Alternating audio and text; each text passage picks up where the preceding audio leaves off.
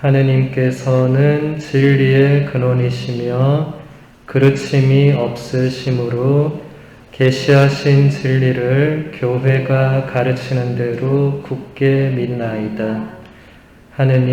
하느님께서는 자비의 근원이시며 저버림이 없으심으로 예수 그리스도의 공로를 통하여 주실 구원의 은총과 영원한 생명을 바라나이다. 하느님께서는 사랑의 근원이시며 한없이 좋으심으로 마음을 다하여 주님을 사랑하며 이웃을 제 몸같이 사랑하나이다. 성부와 성자와 성령의 이름으로 아멘. 우리가 방금 바친 이 삼독송, 말 그대로 세 개의 어떤 덕을 우리가 청하는 기도. 신덕은 믿음의 덕, 망덕은 희망의 덕, 애덕은 사랑의 덕입니다. 그래서 믿음, 희망, 사랑, 이게 우리 그리스도교의 아주 중요한 향주 삼덕이라고 우리가 끊임없이 추구해야 되는 덕인데, 그냥 추구하는 게 아니라 이렇게 뭔가 정해져 있는 거죠. 하나만 보면 여기서 제일 중요한 것은 이 신덕송에서 보시면 하느님께서는 진리의 근원이시며 그르침이 없으심으로 계시하신 진리를 교회가 가르치는 대로 굳게 믿는다. 이게 우리의 믿음의 덕입니다. 교회가 가르친다는 게 지금 이 책 안에 있는 거예요. 제가 매주 여러분들한테 설명하고 있는 교회의 가르침. 이대로 믿어야 된다는 겁니다. 이대로 믿지 않으면 어떻게 되냐면 사입이나 이단에 빠지게 되는 거죠. 이대로 믿지 않는 사람들이 굉장히 많습니다. 그래서 여러분들은 현혹되지 않도록 조심해야 됩니다. 가톨릭 교회가 제가 첫 시간부터 계속 얘기했죠. 다 정해놓은 게 있다. 이건 바꿀 수가 없다. 그래서 이대로 믿어야 된다. 근데 이게 쉽게 믿어지지 않죠. 그래서 끊임없이 청해야 되는 겁니다. 그래서 여러분들이 이번 한 주간 동안 이 삼덕송을 바치시면서 하느님께 이 믿음과 희망과 사랑의 덕을 내 안에 계속 크게 해달라고 청하시고, 또 이 세 가지 기도는 우리 신자들이 날마다 바치는 저녁 기도에 항상 있습니다. 그래서 여러분들이 아직 저녁 기도를 안 배웠기 때문에 지금 당장 하실 필요는 없지만 나중에 배우고 이제 세례받고 하면 매일 저녁 기도를 정해진 기도가 있어요. 하면 이걸 하게 됩니다. 그때 제가 오늘 얘기했던 것을 기억하면서 이렇게 기도를 하시면 되겠습니다.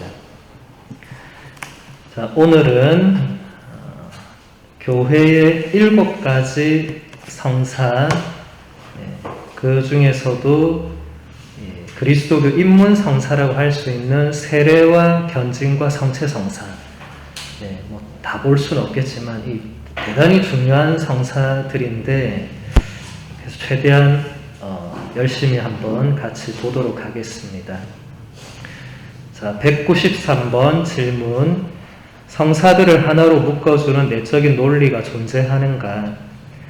모든 성사는 원래 성사이신 예수 그리스도와의 만남을 의미한다.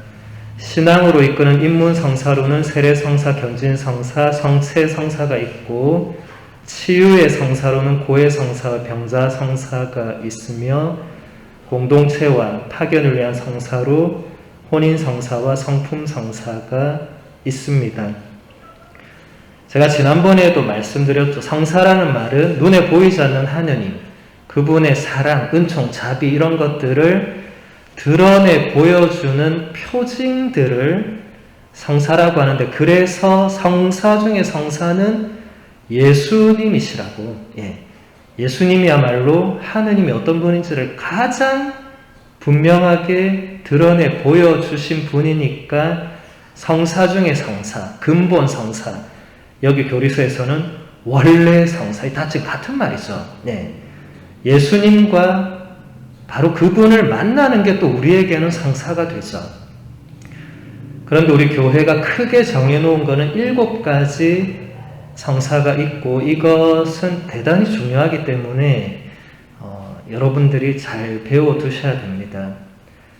그 밑에 보면 세례성사는 우리를 예수 그리스도와 연결해주고 견진성사는 우리에게 그분의 영, 성령을 선물해 줍니다.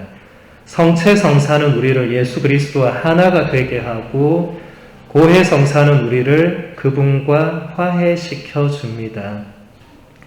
병자성사를 통해 예수 그리스도께서 우리를 치유하고 위로하며 강하게 해주십니다. 혼인성사를 통해서 예수 그리스도는 우리의 사랑에 당신의 사랑이, 우리의 신의에 당신의 신의가 함께 할 것을 약속하십니다. 성품성사를 통해서 사제들은 죄를 용서하고 미사를 거행할 권한을 위임받습니다. 네. 이렇게 간단하게 7성사가 설명되었고 이제 세례성사부터 본격적으로 보도록 하겠습니다. 특히 세례성사는 지금 여러분들이 준비하고 있는 거니까 훨씬 더 잘 보셔야 되겠습니다. 194번 세례성사란 무엇인가? 세례는 죽음의 세계에서 생명으로 넘어가는 길이자 교회로 들어가는 관문이며 하느님과 함께하는 영원한 공동체의 시작입니다. 세례는 기본적인 성사로서 다른 모든 성사를 받기 위한 조건이 됩니다. 세례를 통해 우리는 예수 그리스도와 하나가 되고 십자가에서 돌아가신 그분의 죽음에 동참합니다. 또한 우리는 세례 성사를 통해 원죄와 개인적인 모든 죄의 속박에서 해방되고 그분과 함께 영원한 생명을 누릴 수 있도록 새로 태어납니다. 세례는 하느님과 맺는 계약이므로 우리는 네 하고 응답해야 합니다. 유아 세례에서는 부모님이 자녀를 대신해서 신앙을 고백합니다. 세례는 다른 성사를 받기 위해서 반드시 받아야 됩니다. 그래서 여러분이 지금 이렇게 준비를 하고 있는 것이고 세례를 받지 않으면 다른 성사들을 받을 수 없기 때문에 신앙생활이란 것을 할 수가 없죠. 여러분 신앙생활은 집에서 혼자 기도하는 게 신앙생활이 아닙니다. 그거는 그냥 누구나 할 수 있는 거예요. 그런데 우리 교회는 그걸 신앙생활이라고 하지 않습니다. 물론 성당에 오지 않는 그런 시간에는 집에서 혼자 기도할 수 있죠. 그런데 일단 중요한 것은 이 교회라는 예수님이 세우신 유일한 이 교회에 소속이 돼서 교회 안에서 교회를 통해서 예수님을 믿고 뭔가를 받고 이게 신앙입니다. 그냥 여러분 집에서 혼자 세례도 받지 않고 그냥 성경 읽고 그냥 기도하고 아마 이런 사람도 있을 수 있어요. 근데 그것은 가톨릭 교회가 가르치는 신앙은 아니고 자기 혼자 성경 읽고 자기 혼자 기도하는 거예요. 그건 개인의 자유니까. 그런데 그것을 우리는 신앙이라고 하지 않습니다. 본인은 나는 하나님 믿어, 난 성경도 읽어 하더라도 그것은 교회가 가르쳐준 신앙이 아닙니다. 제가 아까 신덕성 얘기했죠. 교회가 가르치는 대로 믿는 것이 올바른 신앙이다. 그래서 세례성사는 그냥 기본적인 성사지만 사실 세례성사에 많은 의미들이 있습니다. 계속 보도록 하겠습니다. 195번 세례성사는 어떻게 베풀어지는 것인가? 세례를 베푸는 전통 방식은 세례 받는 사람을 물속에 3번 잠기게 하는 것입니다. 그러나 오늘날에는 대부분 세례를 베푸는 사람이 먼저 세례받는 사람의 세례명을 부릅니다. 그리고 나는 성부와 성자와 성령의 이름으로 당신에게 세례를 줍니다라고 말하며 세례받는 사람의 이마에 물을 3번 붓습니다. 그러니까 원래 옛날에 하던 세례 방식은 여러분들이 물속에 완전히 잠겼다가 나오는 거였어요. 예. 이것을 침수 예식이라서 지금 침례 교회라는 것도 있잖아요. 그죠? 예. 이게 원래 방식입니다. 예수님도 세례자연에게 세례를 받으러 가실 때 요르단 강에 직접 가서, 그럼 요한이 강물에 있었어요. 직접 가서 예수님도 물속에 잠겼다가 나왔습니다. 그게 세례의 원래 방식이고, 물속에 사람이 들어가서 10분 이상 있으면 어떻게 되죠? 죽죠. 그죠? 네. 근데 제가 예전부터 계속 얘기했죠. 신앙에는 상징과 표징을 알아듣는 게 대단히 중요하다. 물속에 계속 들어가서 죽는 게 세례가 아니고, 물속에 잠겼다가 나오는 그 의미가 있는 겁니다. 물속에 이제 들어가는 것은 내가 그 이전에 나는 이제 죽고 없어진다는 의미를 가집니다. 그런데 이게 지금 현대로 와서는 다 약식으로, 방금 뭐라고 했죠? 이마에 물을 3번 붓는다고 했죠. 그렇죠? 그러니까 여러분들이 세례 받으실 때 사제가 여러분 이마에 물을 부을 때 물이 왜 이래 차지? 이렇게 하고 있으면 안 되고, 예전에 나는 이제 죽는구나. 예전에 나는 이제 없구나. 반드시 이것을 생각해야 됩니다. 물이 차냐 안 차냐 이걸 생각하는 사람은 그 세례 헛것으로 받는 거예요. 제대로 세례 교육을 못 받은 겁니다.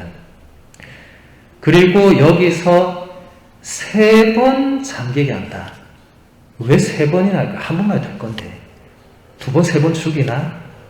그게 아니라 예수님의 그 죽음에 동참하는 의미, 그리고 예수님의 부활에 동참하는 의미로 3번 잠깁니다. 왜냐하면 예수님이 금요일에 십자가에서 돌아가셨어요. 예. 그러니까 돌아가신 날이 금요일, 첫째 하루죠. 그죠? 그리고 토요일, 둘째 날, 그리고 주일, 셋째 날에 부활을 하셨어요. 그래서 여러분들 사도신경 봤을 때 뭐라고 하죠? 사흔날에 부활했다. 예. 3일을 예수님이 죽음의 세계에 계시다가 부활하셨죠. 그것을 우리가 그대로 참여하는 겁니다. 그래서 3번 잠기는 겁니다. 그래서 여러분 이마에도 3번 물을 붓습니다. 그러니까 여러분 세례 받으실 때 예전에 나는 죽는구나 이것 생각 플러스 나도 이렇게 예수님의 죽음에 동참하는구나. 예수님 저도 새로 태어나게 해주십시오 하고 마음속으로 기도하세요. 네. 그냥 가만히 있고 딴 생각하고 이러고 있으면 안 됩니다. 왜 안 되냐면 세례는 평생에 한 번밖에 받지 못하는 평생에 한 번뿐인 예식입니다. 그때 딴 생각하는 사람은 이미 글러먹은 거예요. 예. 자주 받으면 딴 생각 할 수 있죠. 예. 그런데 세례는 그렇게 해서는 안 됩니다. 돌이킬 수가 없어요. 신부님 제가 아까 너무 딴 생각했는데 다시 다음 주에 안 돼. 그거는 누구도 그렇게 할 수 없고 세례를 2번 주는 그거는 이단입니다. 이단. 예. 한 번 받은 세례는 영원히 유효한 것입니다. 그래서 여러분들이 잘 기억하시기 바랍니다. 자, 그 밑에 보면 물은 세례자 요한이 베풀었던 회개의 세례에서 표현된 것처럼 정화와 새로운 생명을 상징합니다. 성부와 성자와 성령의 이름으로 물로서 베푸는 세례는 회개와 참회의 징표를 뛰어넘어 예수 그리스도 안에 있는 새로운 생명을 뜻하게 됩니다. 그런 까닭에 도유, 기름 부음과 흰 옷, 세례초라는 표징을 더하게 됩니다. 여러분들이 세례식 때 나는 성부와 성자 성령의 이름으로 이렇게 머리에 이마에 물을 붓고 나서 그 다음에 기름을 여러분에게 발라줘요. 물론 그 앞에도 기름을 발라줘요. 기름 종류가 달라요. 예.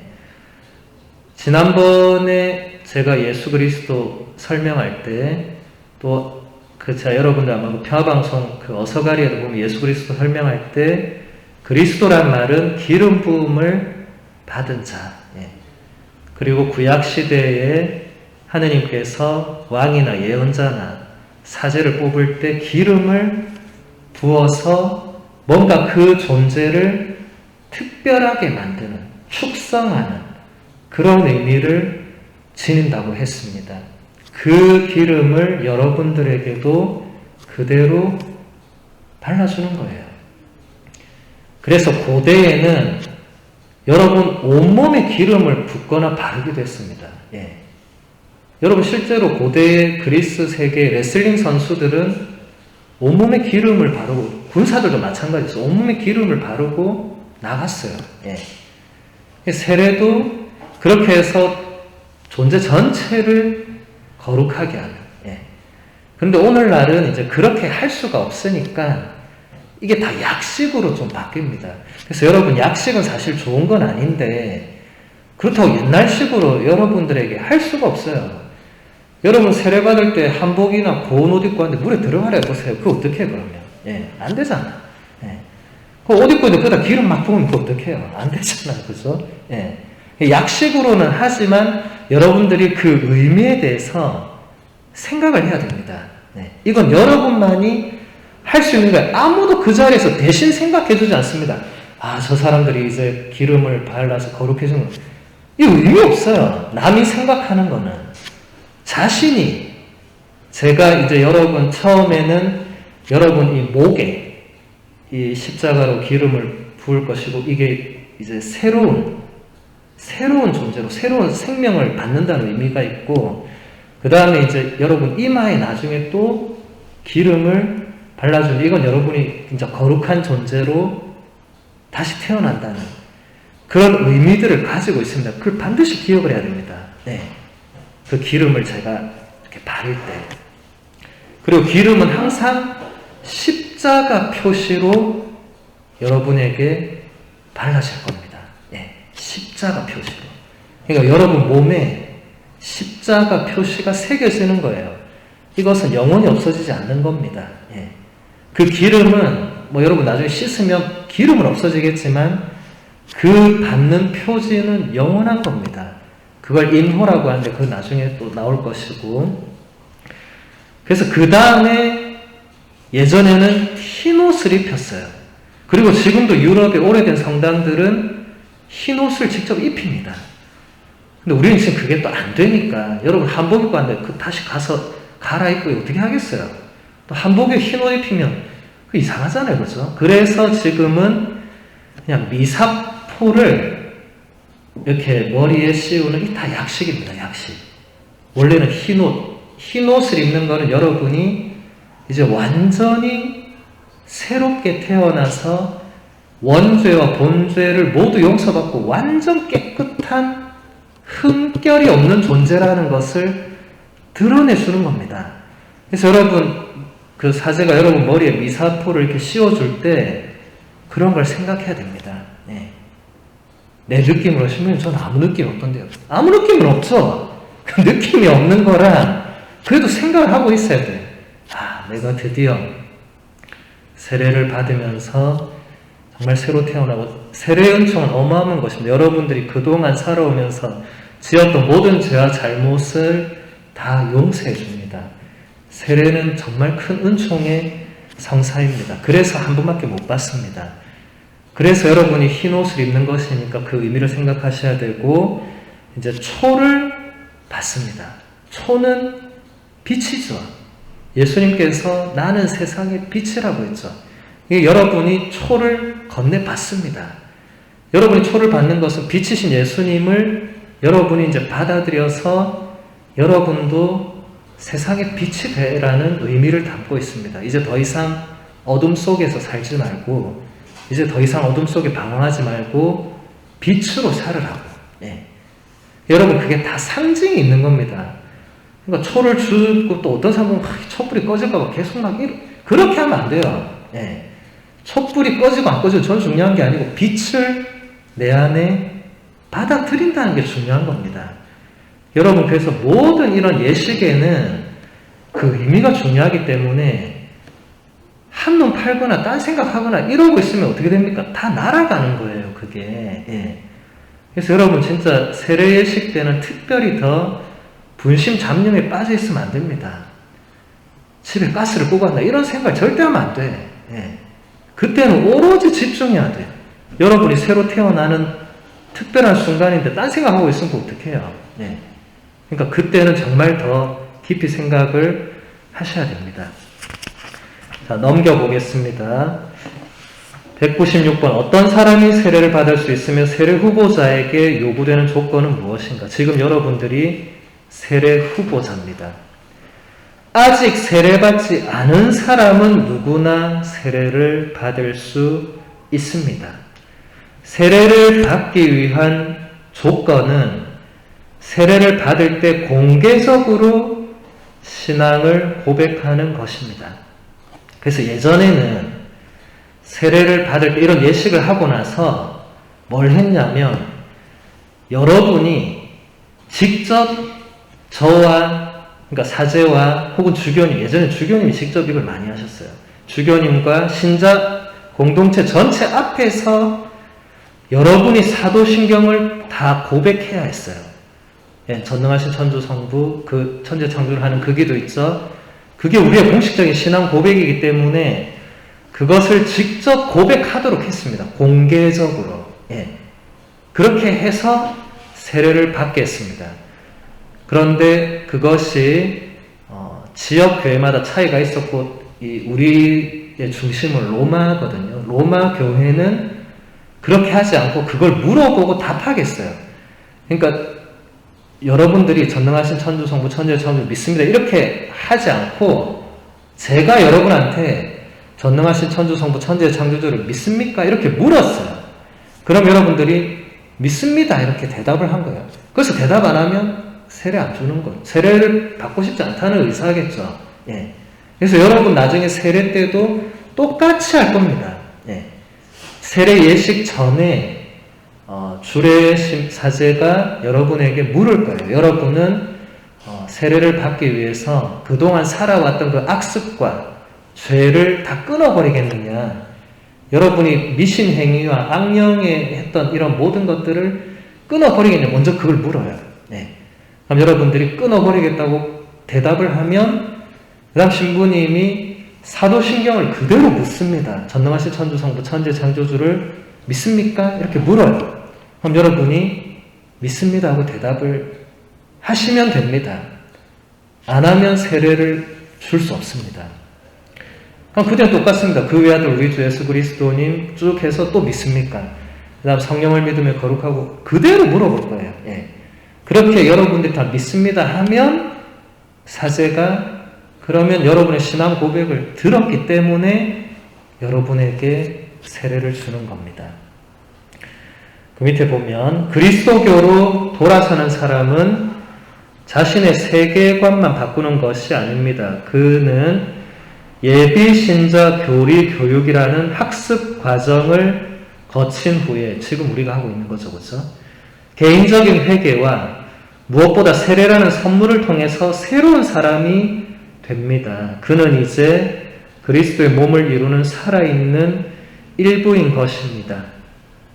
자, 그 옆에 흰색 여백에 보면 자, 예비신자 교리 교육, 강의하다, 시를 낭송하다라는 뜻의 그리스어 카테케인에서 유래한 말로서 예전에 여러분 성인이죠. 예비신자들은 세 가지 단계로 이루어진 세례 준비 과정을 마쳐야 했는데 그들은 이 과정 중에 교리 교육을 받았고 점차로 말씀의 전례에 참여하는 것도 허락이 되었습니다.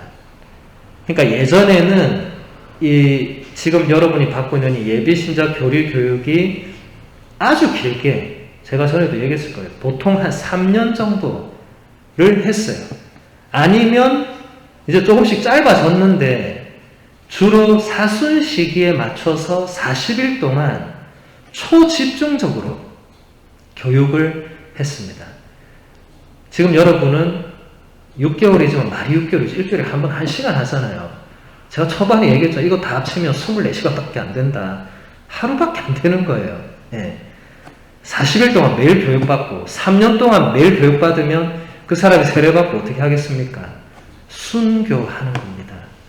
근데 요즘은 이렇게 교육하니까 세례받고 사람들이 어떻게 하냐면 냉담합니다. 냉담이 뭐냐면 세례 받았는데 성당 안 오는 거예요. 한 세례받고 한 3개월 다녀보니까 이게 나에게 별로 좋은 게 없는 거예요. 귀찮고 힘든 건 많아지고. 그게 그냥 안 오는 겁니다. 그런 사람들이 지금 너무나 많습니다. 그래서 저도 고민이 많습니다. 이렇게 그냥 6개월에 일주일에 한 번씩 이렇게 하는 게 과연 이게 맞는가? 근데 이걸 제가 당장 바꿀 수 없으니까 요즘 제가 계속 이 부분에 대해서 연구를 많이 하고 있습니다. 옛날에 그 교리 교육을 어떻게 하면 좀 더 효과적으로 이 시대에 맞게, 아마 지금 여러분한테 40일 동안 매일 오라 하면 다 세례 안 받는다 거예요. 예. 못 받는다고. 바빠가지고 못 받는다. 이 뭔가 이제 현대에 맞는 게 필요한데 지금 이 시스템이 과연 맞는지 저는 사실 회의를 많이 합니다. 왜냐하면 제가 직접 이렇게 교리교육을 하는데도, 그래서 세례를 받은 사람도 지금 냉담자가 훨씬 많아요.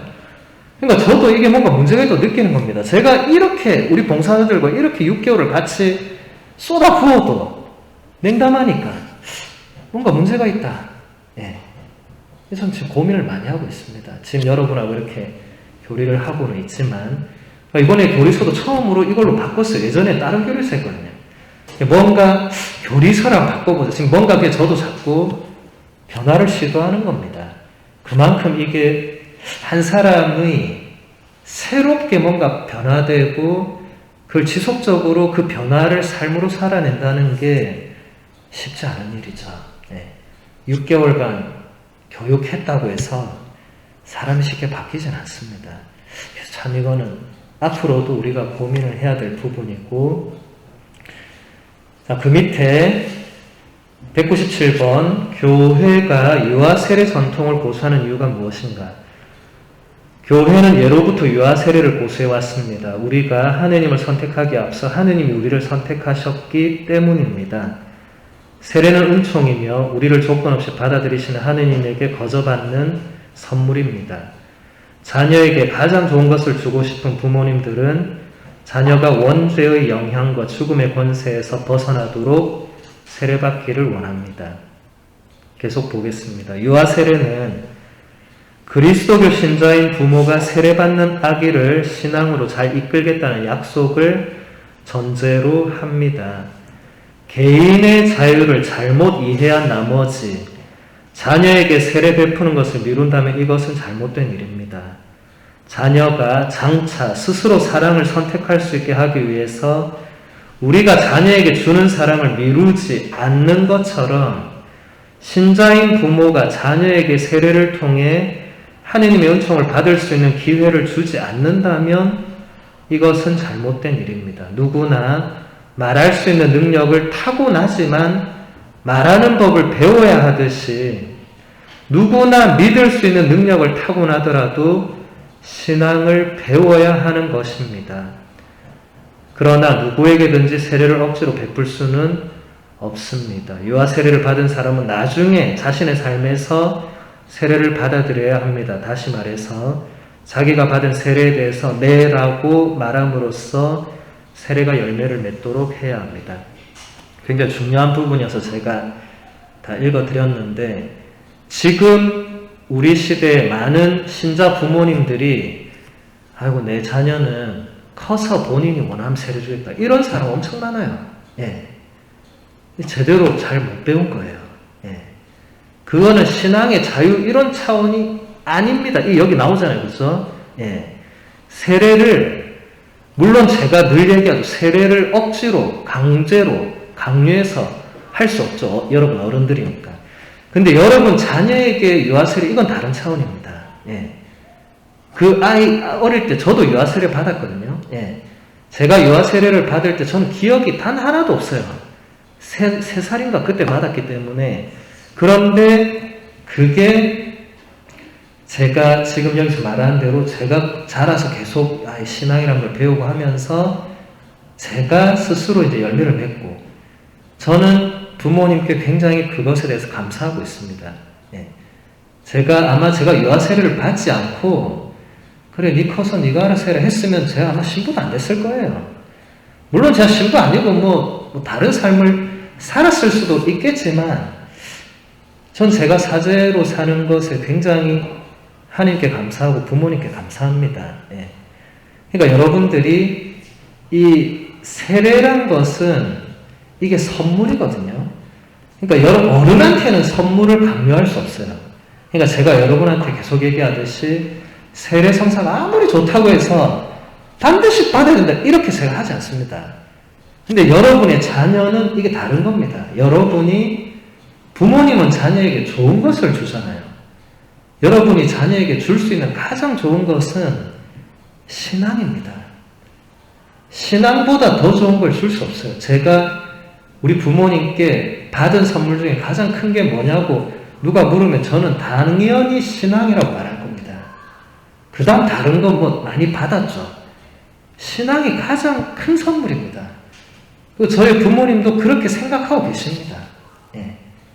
신앙을 저에게 주셨기 때문에 제가 사제가 되어야겠다는 생각, 전 부모님이 한 번도 저한테 너는 신부가 되라, 너는 미사를 가라 이렇게 말씀하신 적이 단 한 번도 없었는데, 그냥 제가 살아오면서 신앙이 이런 거구나, 하느님 이런 분이구나, 그렇게 제가 이제 배워가는 거예요. 저는 부모님한테 한 번도 강요받은 적이 없기 때문에 남한테도 강요하지 않습니다. 그러니까 굉장히 바르게 신앙이 전파된 케이스죠. 대부분 신자 집안은 이렇게 됩니다. 그래서 신자 부모님이 자녀에게 유아 세례를 받게 하고 자녀가 어릴 때부터 계속 신앙적인 분위기에서 자라면서 자연스럽게 신앙인이 되는데, 요즘 문제는 제가 아까 얘기했듯이 젊은 부모님들이 우리 자녀는 커서 스스로 신앙을 배워가야겠다. 그렇게 해서 신앙을 가지는 경우는 거의 없고, 자녀는 이제 신앙인이 아닌 사람으로 그냥 삽니다. 가장 좋은 선물을 자녀에게 주지 않은 거죠. 물론 신앙이란 걸 모르고 사는 게 나쁜 건 아닙니다. 제가 한 번도 그걸 나쁘다고 말한 적 없어요. 그런데 신앙을 제대로 가진 부모님은 이 신앙이 가장 좋은 것임을 알고 있습니다. 그러니까 자녀에게 가장 좋은 것을 줄 수밖에 없는 거죠. 이건 종교의 자유와 다른 문제입니다. 왜냐하면 자녀가 나중에 커서 이 신앙을 살지 않는 경우도 있거든요. 그게 진짜 자유입니다. 제가 얘기했잖아요. 우리 부모님이 저한테 한 번도 넌 계속 미사를 가야 된다, 너는 사제가 된다, 이런 말씀을 한 번도 한 적이 없어요. 그냥 제가 이게 좋다는 걸 알면 알수록 제가 더 온 겁니다. 요즘 많은 우리 부모님 신자고 이 자녀가 유아세례 받은 자녀 중에 이제 신앙생활을 하지 않는 사람들이 많아요. 근데 제가 그 사람들한테 억지로 오라고 하지 않습니다. 본인이 이제 선택하는 거거든요. 그러니까 이것은 부모가 유아세례를 주는 게 자녀의 종교자유를 침해하고 전혀 그런 거 아닙니다. 만약에 자녀가 자랐는데도 부모가 계속 넌 성당에 와야 돼, 이렇게 하는 건 이제 뭔가 문제가 있죠. 그러면 그 자녀는 더 아마 안 갈 겁니다. 구속받는다는 느낌이 들겠죠. 여러분 나중에 그렇게는 하시면 안 돼요. 근데 많은 부모님들이 이제 그걸 많이 강요를 하죠. 그 마음은 충분히 이해가 되지만 자녀는 그렇게 느끼지 않습니다. 다 컸을 때. 그런 부작용이 있을 수 있지만 어쨌든 중요한 것은 유아 세례는 그런 차원이 아니고, 그래서 교회는 2000년 동안 한결같이 유아 세례를 권해왔고 베풀어 온 겁니다. 권해왔다는 게 이게 억지로 받게 한 적은 단 한 번도 없어요. 여러분 우리 성당도 유아 세례가 2달에 한 번씩 있는데, 자 애들이 다 데리고 와서 받을 수 이렇게 안 합니다. 우리는 원하는 부모가 신청해서 받으라고 합니다. 부모가 원해서 받는 겁니다. 우리가 애 태어났으니까 반드시 받아야 돼, 아무도 그렇게 안 합니다. 그렇게 하는 건 종교 자유를 진짜 억압하는 거죠. 그건 참된 신앙이 아닌 거죠. 네. 저도 이렇게 어린 아이들 둔 부모님 보면 그냥 애가 이쁘다 그러지, 애 언제 유아세례 받으세요? 이렇게 안 합니다. 그냥 근데 부모가 물어보면, 유아세례 받을 수 있어요? 물론 받을 수 있죠. 뭐 언제 이렇게 있다고.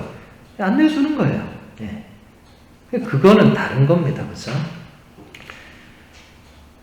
자, 그 다음, 세례성사를 베풀 수 있는 사람은 누굽니까? 일반적으로 주교님, 사제 혹은 부제가 세례성사를 베풉니다. 예, 보통은 그렇게 합니다. 그런데 긴급한 상황에서는 그리스도교 신자뿐만 아니라 신자 아닌 사람이라도 세례는 줄 수 있습니다.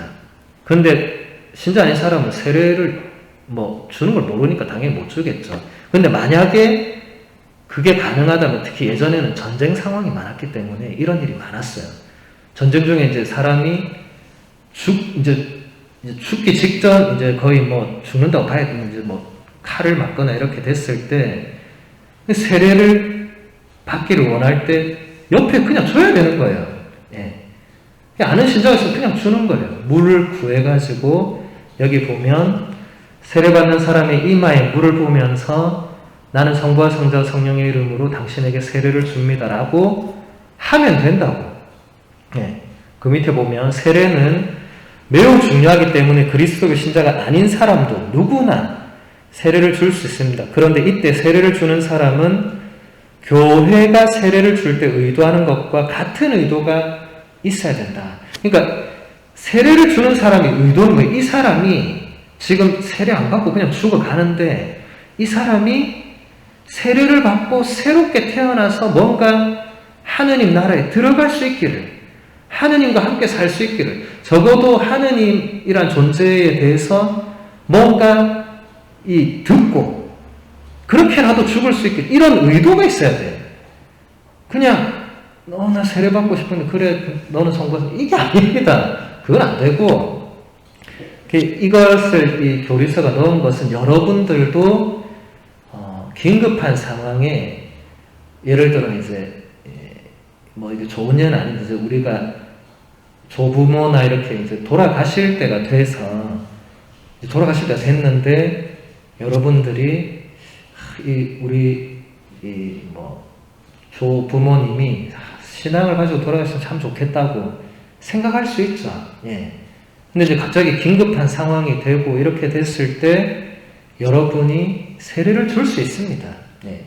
이제 그런 것을 대세라고 하거든요. 예. 근데 보통은 그런 경우에 이제 신자들이 주지 않고 또 상당히 요청을 하면 우리 봉사자들이 가거나 아니면 신부님 수녀님이 가거나, 근데 사실은 누구나 줄 수는 있습니다. 그런데 이 정확한 방식이나 이런 걸 잘 모르기 때문에 우리가 보통은 그렇게 하기 전에 미리 연락을 달라고 합니다. 그러면 그 사람에게 간단하게 알려준다든지 뭔가 있어야 되니까. 근데 어쨌든 여러분 이걸 알고는 계셔야 됩니다. 자, 199번. 세례성사만이 실제로 구원에 이를 유일한 길인가요? 복음을 받아들이고 예수 그리스도가 길이요 진리요 생명이라는 것을 전해들은 모든 이들에게 세례는 하느님과 구원에 이르는 유일한 길입니다.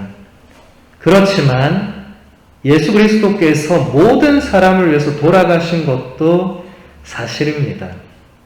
따라서 예수 그리스도와 그분에 대한 신앙을 실제로 알게 될 기회를 갖지 못했더라도 진지한 마음으로 하느님을 찾고 또 양심에 따라 사는 사람들은 구원을 받을 수 있습니다. 이게 교회 가르침입니다. 이것을 화세, 그러니까 불화자죠, 그죠? 그러니까 그 열정으로 이 세자 씻는 거죠. 이 자신의 죄를 씻는다. 여러분이 받는 세례는 수세죠. 물로 세례를 받는 거고, 이게 우리 교회의 가르침입니다. 믿는 우리에게는 세례받고 예수 그리스도에 대한 믿음으로 살아가는 이게 유일한 구원의 길이 맞아요. 그런데 여러분 생각해 보세요. 저 아프리카 오지에 사는 사람이 살면서 죽을 때까지 한 번도 이 신앙이란 걸 들어본 적이 없을 수 있죠. 그냥 상상을 해본다면. 특히 요즘 시대보다 옛날엔 더 그러지 않았겠어요. 옛날에 뭐 휴대폰이 있습니까? 버스가 있으면 뭐가 있습니까? 사람이 어떻게 다 만나요? 안 되잖아. 어떤 사람은 전혀 예수의 예자도 못 들어보고 돌아가신 분이 많겠죠. 또 예수님 이전의 사람들 생각해 보세요. 그 사람들은 아예 예수란 존재를 모르고 살았겠죠. 그럼 그들이 다 지옥에 가야 되나? 아니죠. 예. 하느님은 그런 분이 아닙니다. 그런데 이 극단적인 개신교에서는 다 지옥 간다고 그래요. 예수를 안 믿었기 때문에. 말도 안 되는 소리죠. 아마 예수님이 들어도 쟤는 왜 저리 말도 안 되는 소리를 하고 있나 이렇게 생각할 겁니다. 당신은 그렇게 가르치지 않았거든요. 예. 당신을 믿는 우리에게는 당신이 유일한 구세주가 맞죠. 근데 듣도 보도 못한 사람한테는 그게 어떻게 가능하겠어요? 근데 그 사람도 착하게 살고 올바르게 살았는데 나중에 하늘나라에 갈 수 있죠. 너 악하게 살고 평생 나쁜 짓만 했으면 그건 안 되겠지만 그냥 뭐 하느님이란 존재도 모르고 그냥 저 시골에 그냥 평생을 그냥 순박하게 농사짓고 사는 분들이 다 지옥에 가야 된다. 그건 좀 이상하지 않습니까? 하느님이 그럼 뭐하러 창조했어요? 다 지옥 보내려고 창조했나? 아니죠. 예. 그런 것은 잘못된 겁니다. 교회가 가르치는 대로 믿어야 됩니다. 가톨릭 교회가 가르치는 대로 믿어야 돼. 그래서 여러분 예수님을 모르고 믿지 않는 사람 보고 저 사람 지옥 가고 그렇게 생각하면 안 돼. 개신교 신자들이 그렇게 생각하는 사람 많다고 하더라고요. 대단히 위험한 생각이죠. 굉장한 오류에 빠져 있는 겁니다. 우리는 그렇게 다른 사람을 함부로 판단하거나 심판할 수 없습니다. 그렇게 가르치지도 않고. 자, 200번 세례성사를 통해서 어떤 일이 일어나는가. 자, 굵은 글씨 넘기고 그 밑에 보면 세례를 받았다는 것은 자기 인생의 역사가 하느님 사랑의 강물 속에 잠겼다는 것을 의미한다. 대단히 아름다운 이 시적인 표현이죠. 여러분이 세례 때 물에 들어가 잠기는 것을 여러분 인생의 역사가 이제 하느님 사랑의 강물에 잠긴 것이다. 아름다운 표현입니다. 베네딕토 16세 교황님, 지금 교황님 앞에 교황님이죠. 교황님이 이렇게 말씀하셨습니다. 우리의 삶은 예수 그리스도의 것이며 더 이상 우리의 것이 아닙니다. 그분이 우리와 함께 하시며 우리를 당신 사랑 속에 받아들이시기 때문에 우리는 두려워하지 않습니다. 우리가 어디를 가든지 생명 그 자체이신 그분이 우리를 감싸고 업고 가십니다.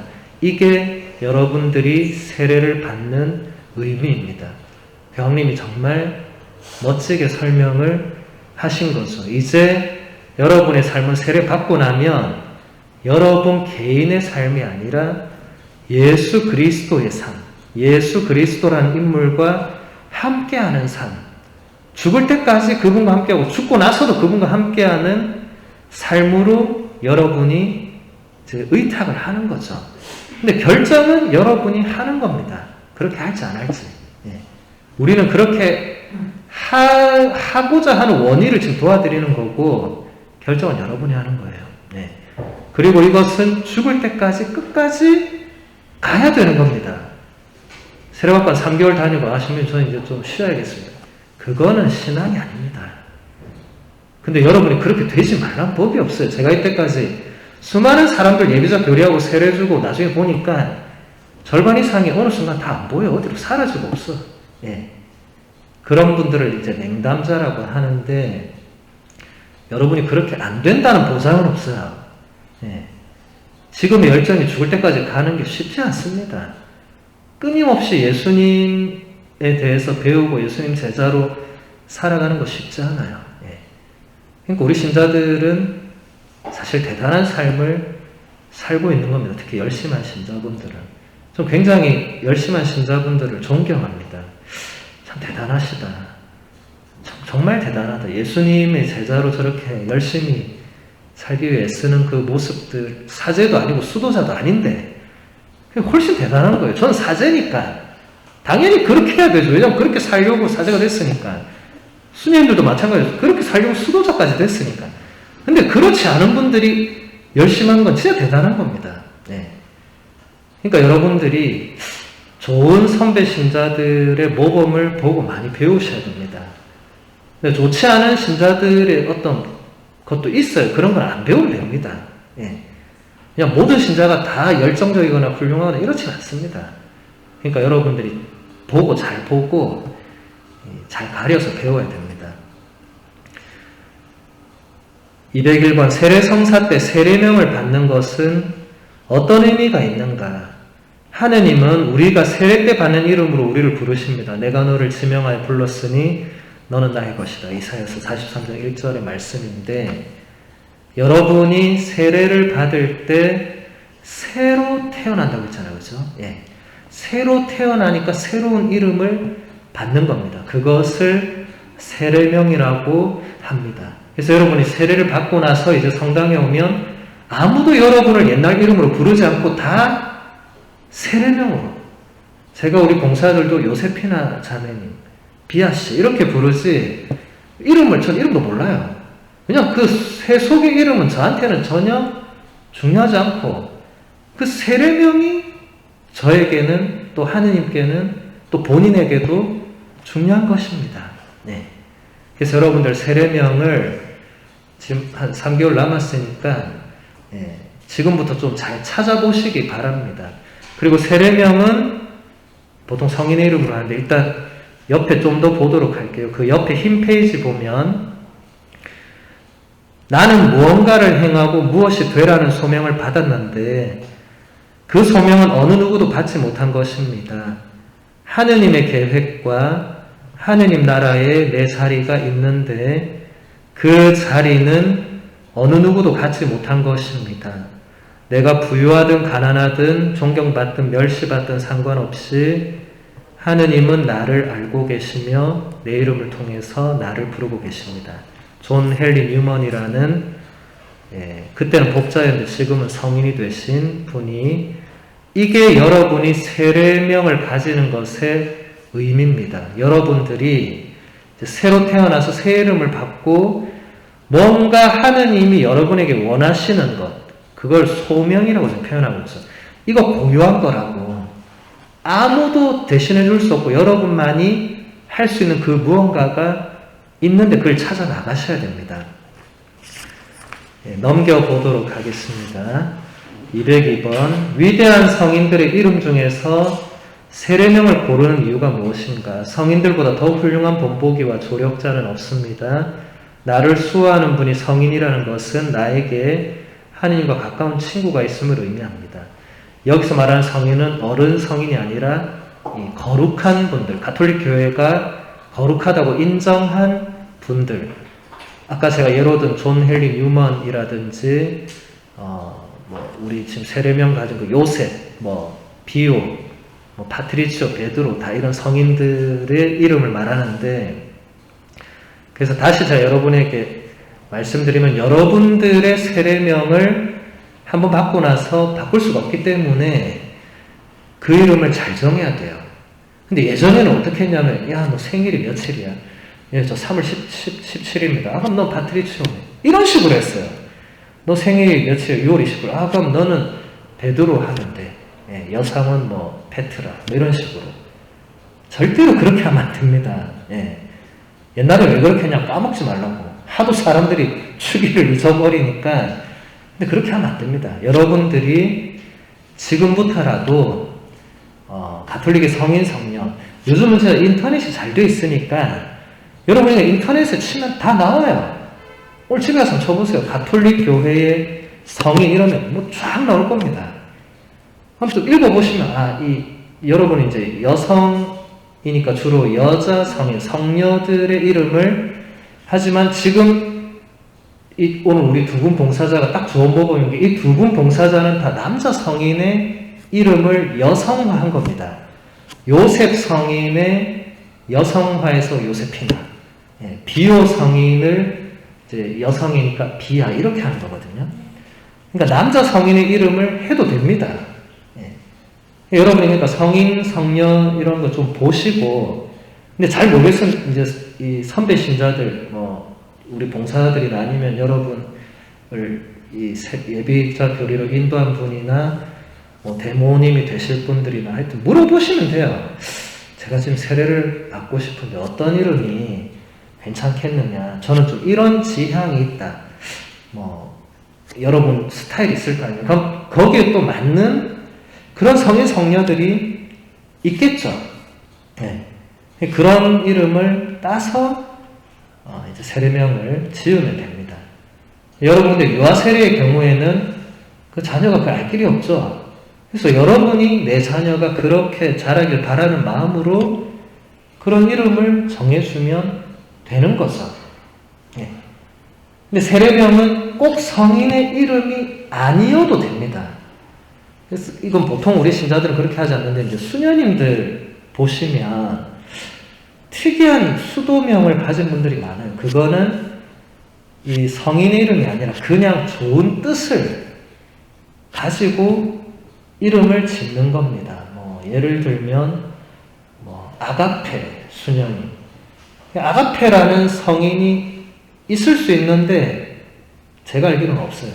아가페라는 게 그리스어로 이게 사랑, 아까 그 애덕이죠, 애덕.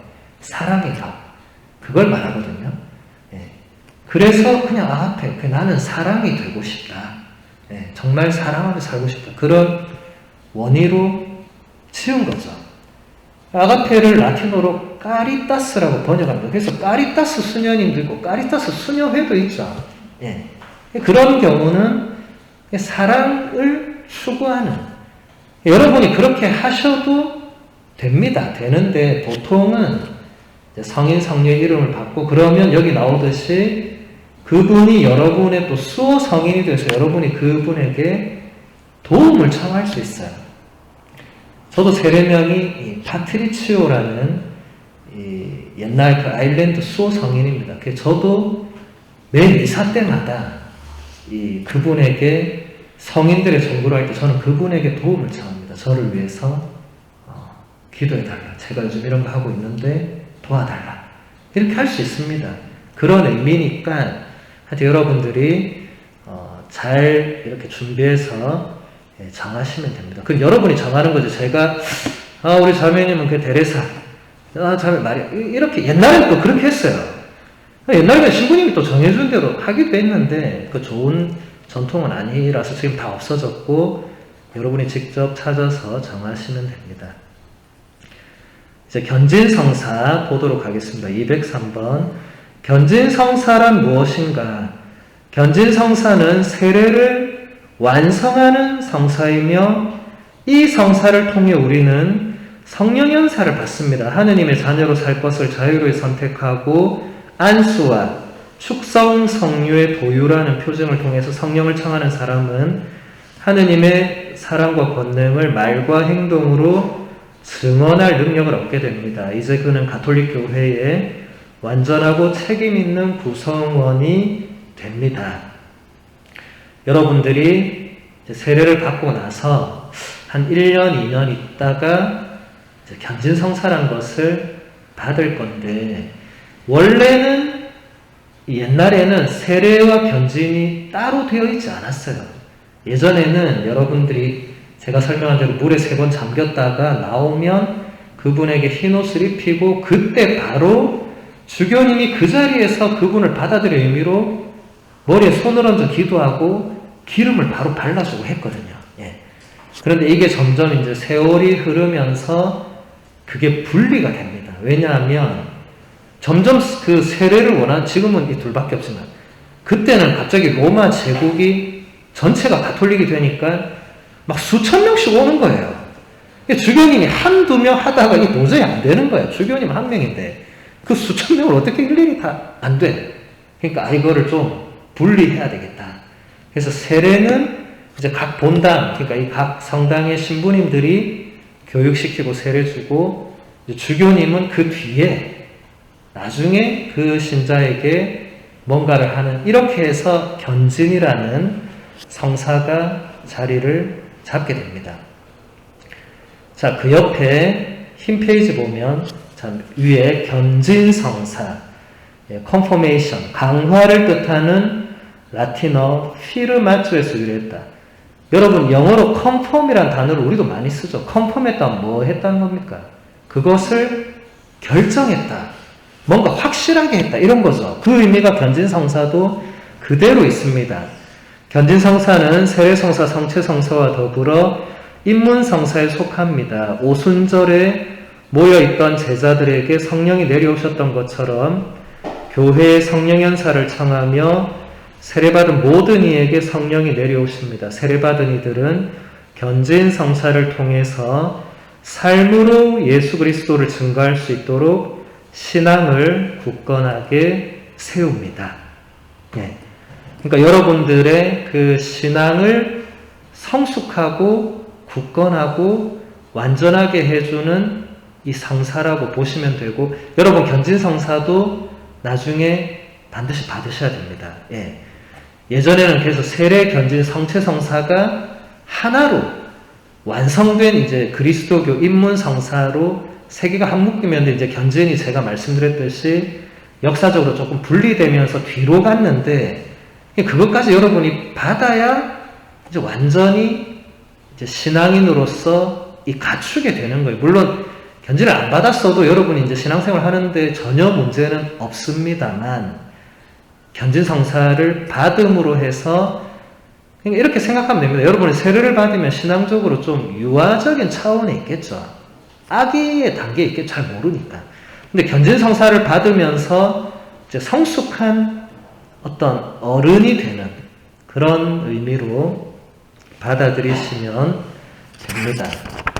오늘 시간이 다 됐으니까 원래는 제가 건너뛰고 다음 단계로 가야 되는데, 지금 우리가 가장 견진성사도 조금 더 설명을 해야 되고 가장 중요한 성체성사를 아예 보지도 못했기 때문에 다음 시간에 계속 이어서 보도록 하겠습니다. 그래서 이번 주는 여러분이 따로 뭐 더 읽으실 건 없고 다음 시간에 계속 이어서 나머지 견진성사와 이제 성체성사에 대해서 배우도록 하겠습니다. 영광송으로 마치겠습니다. 영광이 성부와 성자와 성령께 처음과 같이